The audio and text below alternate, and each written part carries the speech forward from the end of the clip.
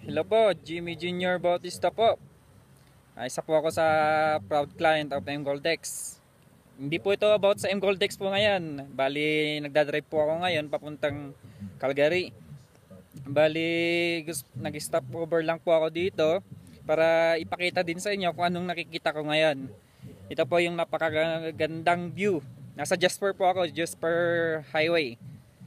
Tignan nyo po to. Yan po ang mga bundok dito. Nandito po ako sa kalagitnaan ngayon ng Jasper, kung saan napapalibutan po ako ng bundok. Yan. Yan pa yung sakyan na gamit ko. Yan po. Gusto ko lang po share sa inyo to kasi napakaganda itong nakikita ko po ngayon. Especially itong mga bundok na nandito. Ito sa harapan ko. Yan.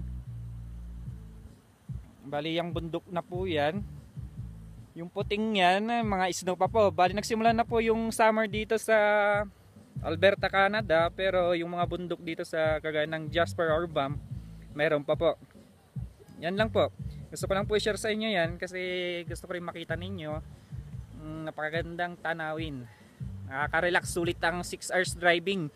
Kung ganito naman ang tanawin na makikita mo sa daanan. Yan. Bali 3 hours na po ako nagdadrive. Bali 3 hours pa po hanggat sa Calgary. Madadaanan ko pa po yung Banff. Nasa Jasper pa lang po ako. Sige po, hanggat dito lang po. Salamat.